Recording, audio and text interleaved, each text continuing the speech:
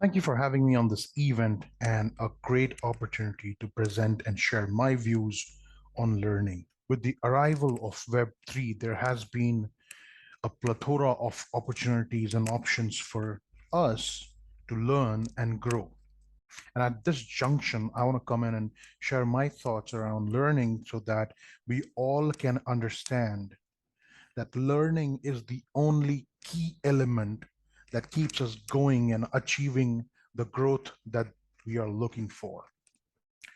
Hence, today I'm going to talk about a universal tool that's called as the S curve or the sigmoid curve, which is the key to sustaining the momentum you're looking for. Well, who am I? You might be wondering. So let me introduce myself for a bit. I am Ravi Verma. I work for a company called Druva Data Solutions. I am the technical support director and I manage the global support for the data center and cloud native workloads. I have over 16 years of experience in data protection and cyber resiliency. At the same time, I also run a community named Focus Hive for leadership, and I'm a lead auditor for business continuity management systems, ISO 22301 from IRCA. Having said that, I also want to make sure that you all know me as a lifelong learner. I love to read and write, and I love to share my thoughts because I believe in continuous learning. With that, I want to take you all in a journey, and I would present to you a tool called as S-Curve and give you the options that you want to take to continue to grow. Now that you know me, I'm going to introduce an amazing quote by Sir Henry Ford. Anyone who keeps learning stays young. Show me someone who doesn't want to stay young. Probably that's the reason why I continue to learn, because I want to remain young. And I'm very sure about everyone else at this conference. Having said that, let's move to the next chapter of this discussion where I want to kind of share something about the current era, the era that we are in, the society that we are living in, and the way the business is happening. Something has changed that. If you remember, 2 to 3 years back, we were still evolving. When I say evolving, we were in evolution of cloud, we were in an evolution of digitization, we were in an evolution of how technology worked and how businesses were using technology. But then something happened and it devastated the whole world. I don't even want to take the name, but I want to make a point here that after COVID, we are in a revolution in the way business is being done. Now, if I just have to take you back to the basic definition of evolution and revolution, evolution is a process of adaptation over a period of time. And in general, it is a slow process. But revolution is a sudden and a complete change of something that you want to do. And that's exactly what has happened post-COVID. If you look at how businesses are done, how many new businesses have come up, look at how education has transformed itself and how food delivery system has changed. I owe all these changes to COVID because we were stuck in the confinement of our houses and we needed these services to be delivered to us. And that is why I call post-COVID as a period of revolution. And in this revolution, something happened, which is technology changed drastically. So drastically that there are bodies which are out of business just because they could not cope up with the drastic change in technology. Hence, it's very important for us to keep these two keywords in our mind, evolution and revolution. Because, because in our own lives, we evolve as a child, we are evolving into something that we want to become. We are studying, we are learning, we evolve reading a certain subject, and we reach to a mastery level. While you keep evolution and revolution in your mind, I want to take you down your memory lane. Remember our childhoods. And and I believe 99% of people over here know how to ride a bicycle.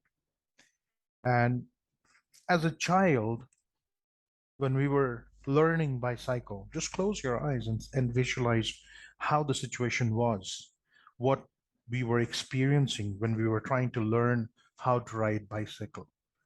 We would fall down, we would get up, we would have our elbows bruised, we'll have our knees bruised, but we will still go at it every day. We'll torture our parents to take us for cycling, and we would still try and learn. We wouldn't even know how to climb on the cycle, but we'd still try and try and try. And one day we'd be able to ride it. There would be a time, there was a time when we would find reasons to just go out of the house and take our bicycles and go out for a ride. But as we reached our adolescence, the late teen era of our life, we stopped looking at our bicycle. We didn't really want to ride that. And all we were focused on was that vroom, vroom, vroom, the motorcycle that would just pass us while we would reach our schools and colleges. We would see some cool dude going on in a Honda or a Yamaha, and we would be like, wow, I need to have that. Now, what if you were self-content and you were like, nah, I'm good at riding my bicycle. I'm very happy with it. I am so satisfied. I don't need it. What would have happened? You would have never got a chance to ride a Yamaha or a Honda or per se a Royal Enfield, the famous bike that we Indians love. We would have never got a chance if we were not curious and excited about that. If we were not, we would never, but we were, and I was. I wanted to take that risk. I wanted to sit on that motorcycle, and that's when I became a rider. And I'm sure many of you did. But what does it really show us? It really shows that there was a journey that we took to learn the bicycle. But at a certain point, when we were so good at learning the bicycle and we started learning the motorcycle, we would still again fall, bruise our knees, bruise our elbows, maybe sometime break our jaws, but we still went at it. However, the key point is that the overall journey that we took to learn how to ride a bicycle was reset, and we had to take the journey again to learn how to ride the motorcycle this time, and so on and forth. That's the key element that I want to bring forth from the memory of our childhood. And that is where I want to introduce the S curve of learning. Basically, a graph which is plotted against time and growth. Time on your x-axis and growth on your y-axis. If you look at your learning journey, if you look at the journey that you took for while you were learning how to ride your bicycle, or while you were learning how to ride a motorcycle, or anything that you were trying to learn. Maybe you were trying to learn how to play chess. Even at that, this journey is true, because what happens is at the bottom, at the intersection where your x and y axis is meeting, that's your starting point. That's a phase where you're going at it every day. But as time passes, you end up increasing your growth in the subject. You start learning. Now you know how to pedal. Now you know how to balance your bicycle. And as you go, as the time goes, and as you're going at it every day, your competency is increasing. Now, if you look at a phase over here, let me just draw. Now, Let me draw. If you look at a phase over here, you're basically at a trajectory which is very steep, very steep. You're learning at a very fast rate. You're not taking too much time and changing your position. You're very fast here.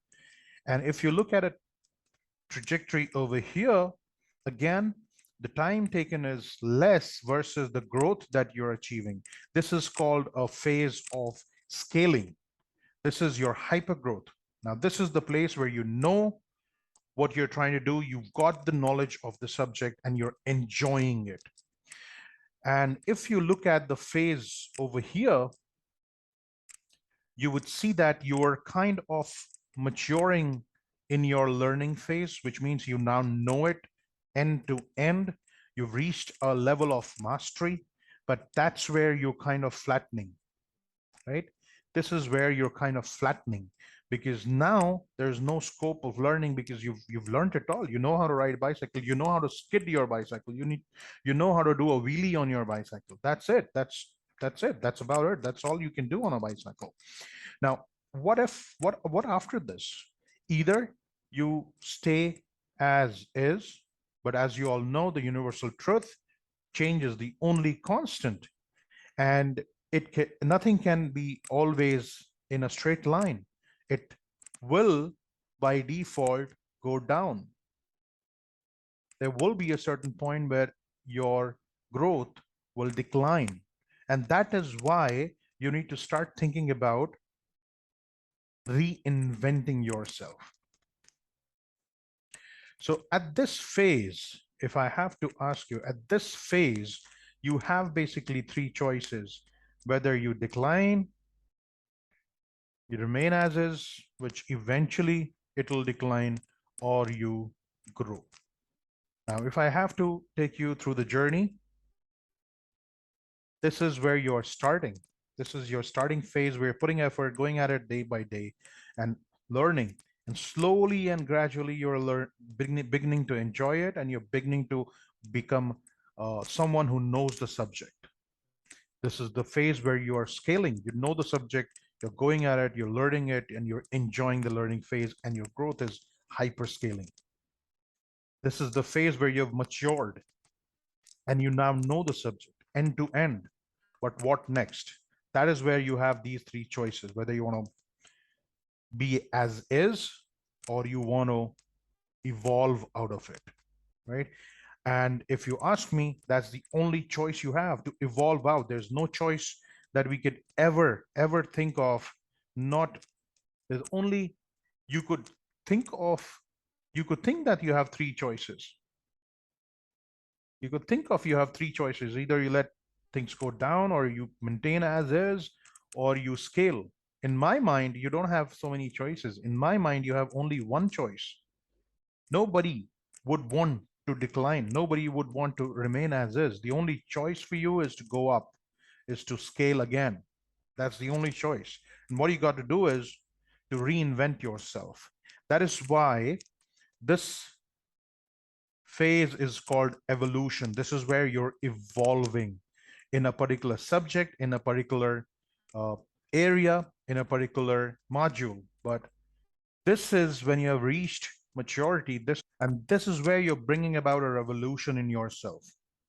This is revolution, which is when you go up. This is how you go up.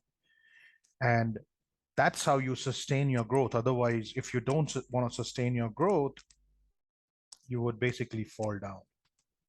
The only way to sustain your growth is to ride the S curve. The only way to sustain your growth is to ride the S curve again and again and again. There's no other way. That is why I say the only choice, that is why I say after you are done, you've reached mastery, choice is yours. You want to grow again, you want to continue to grow, or you want to decline. And hence I say, remember, change is the only constant, and the rate at which the technology is changing, no one will remain a specialist. If you don't choose to ride the S-curve, you're going to be obsolete. So choice is yours. You want to stay as is, or you want to bring a revolution within yourself. With that, I'm going to leave you with a thought. When you realize things are getting tough, remember you're evolving. See you all.